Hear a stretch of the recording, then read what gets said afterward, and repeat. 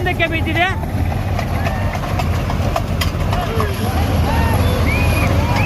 ಜೆಡಿನೂ ಹಿಂದೆ ಇದೆ.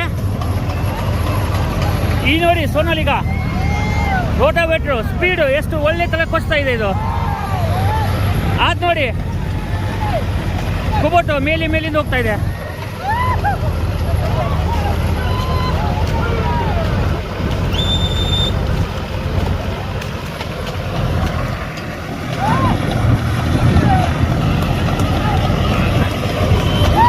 ಇದು ನೋಡಿ ಜೆಡಿ ಮೇಲಿನ ಇದು ಹೋಗ್ತಾ ಇದೆ.